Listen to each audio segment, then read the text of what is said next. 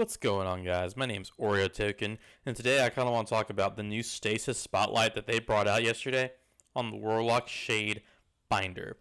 This is kind of looking at not the initial what it does, but what this means for the game, what this means for Beyond Light, what this means for Destiny 2 going forward. So it's kind of an in-depth look of what exactly these new subclasses mean as we get more details going forward to the subclasses. So let's kind of take a look at what we got going on.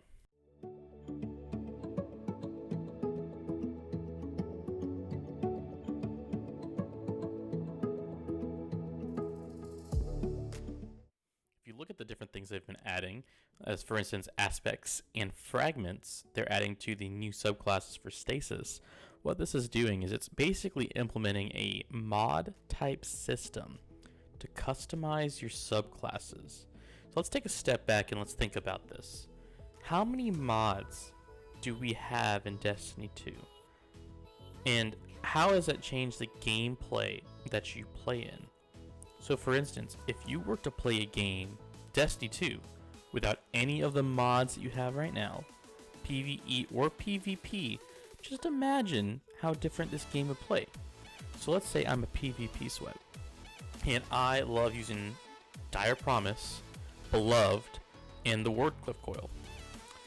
Okay, so let's say my armor now has spec'd out for hand cannon targeting, sniper targeting, dexterity, for both of those, and I have all these different things on my character.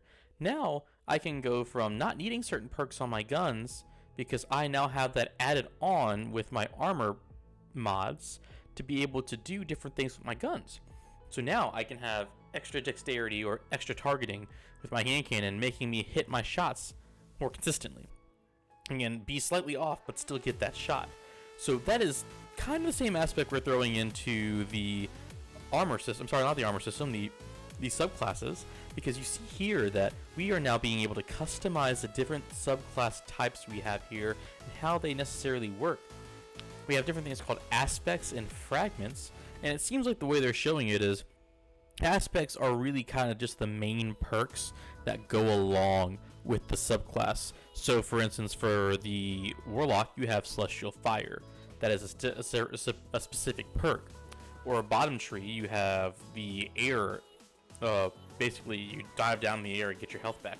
That's a specific thing you can add to your subclass. Now we can add these things and mix and match what we want, kind of like the customization we had in D1, but not fully customized to exactly different things that happen in your subclass, but you can customize the main things that come into your subclass, and then go in and add different things that are kind of close to what you're looking at when it comes to min-maxing your perks with the different things like intellect and discipline. So this is kind of a big step when it comes to customization of your subclasses. So looking at the different things, especially the fragments that they've talked about, they show us here on the basically screenshot they've given us. They have, let's see, about 6 different fragments that are available initially that we can slot into our fragment section. So they show us one, Whisper of Bonds. And what Whisper of Bonds is defeating frozen targets with weapons grants your super energy. So what they're doing here is they're trying to incorporate the different things with your subclass abilities and gunplay in order to do different things to help you. So for instance, if I freeze enemies, which the Warlock melee shoots that orb out, which freezes enemies, and I kill them with weapons, now I get super energy for my class. That is kind of a big thing because now there's another way for you to go and get different things for your class, your subclass. So for instance, instead of having to spec intellect mods, because see, it takes away 10 intellect from you, and discipline, grenades, and super for this, so you get some to give some.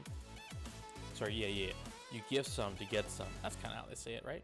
But what that means is you get now, because now you're using your melee, you get it back less often, but you're using it more to freeze enemies so that you can get your super back. You're using the ability, subclass ability, in order to make yourself stronger. So depending on your class, let's say Whisper of Bonds is universal across all Stasis, which could or could not be. We don't know this yet. Now the Hunter, who has a throwing axe that freezes enemies, can do the same thing, and so on and so forth.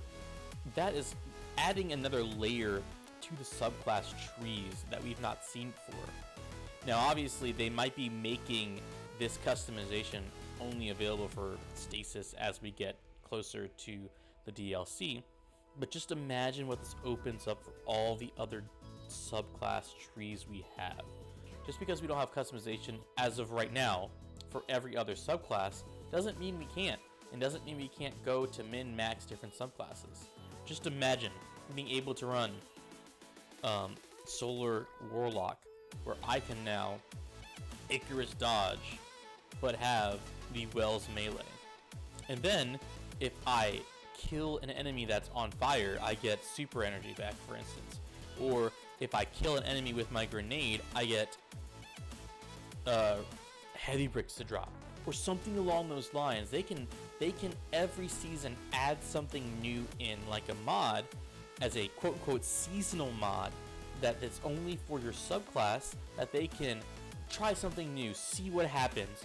What if we add this? We want to focus on scout rifle play this season. So Super does this for scout rifles. If you kill an enemy with a scout rifle, it gives you special ammo, or so on and so forth. It opens up customization to try new builds, to try new things with your subclass, and it just makes the avenue of the darkness subclasses so much bigger than what we have normally with the light subclasses. So I'm very curious to see what they do, if this is purely a darkness subclass thing, or if it's more of a universal, we're going to change this across the entire section of Destiny 2. So hopefully, as we go forward into the different weeks going into Beyond Light, we will get some more clarification on this. Obviously, they're dropping information every week on the different subclasses and the gameplay and the changes, but we won't know, we truly won't know until we actually get into the Beyond Light DLC in November.